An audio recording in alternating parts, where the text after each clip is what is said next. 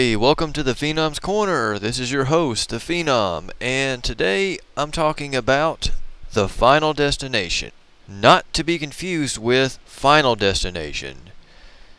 Yeah, way to change the title, guys. Real creative. Anyway, moving on. Now, starting out, I just want to say that I've never really been a big fan of the whole teen horror genre, but Final Destination, the original one, had something in it that I really liked. An original idea. Something that's sorely lacking in most horror films these days. It wasn't a giant monster running around killing people, and it wasn't some scary guy in a mask killing people in Final Destination. It was like fate, or death itself, whichever you like better. It's like a person has a vision of like a horrible accident happening before it happens, snaps out of the vision, and things start happening in real life that happened in his vision, and he gets the hell out of there, and some people go with him. The accident happens, a lot of people die, but a small group escape. And since they were all fated to die in that accident, death comes back for them and starts killing them one by one in sort of freak accidents. Now, this movie introduced a lot of interesting ideas, and I really enjoyed it. I will admit I was genuinely interested in it from the beginning to end. It was quite suspenseful, and I really enjoyed it. But then they make another one. And I have to say that I can't say that this film was good, and I can't say that it was really bad. I mean, there was like 2 cast members still alive at the end of the first film, and for whatever reason, they killed one of them off screen, and at the beginning of the second film, there's 1 cast member left. So it's interesting, I guess, to sort of see the conclusion of, any loose ends from the first film. So I didn't really care for it too much, but the second film is bearable. It follows pretty much the exact same format, though.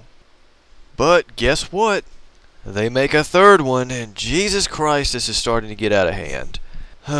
This movie here is pretty boring, and it follows the formula of the first 2 to a T and really doesn't do much to change things up. At the end of the movie, I think pretty much everybody is dead, and I was praying to God that that would be the end of it. I mean, this film in a pitch might be considered slightly watchable, but not by me. So after it's over, I'm thinking, okay, this is the end. But I see a trailer a few years later. Now, what is it now? The Final Destination. I got this movie on bootleg from somebody, and I watched it, so I didn't get the 3D experience that everybody talks about. I just judge it on the level of being a good movie, or a good movie of the type of movie that it is. And on that level, I have to say that, well, this movie's a piece of shit. It's an uninspired, boring, redundant, predictable piece of shit. I mean, if you've seen one Final Destination movie, you've seen this one. This movie pretty much has the same problems that I had with Terminator 3, in that it followed the Terminator formula to a T and didn't deviate. And this film likewise follows the formula laid out by the first 3 and somehow manages to be even less interesting than the 2 sequels, which were inferior in my opinion to the original.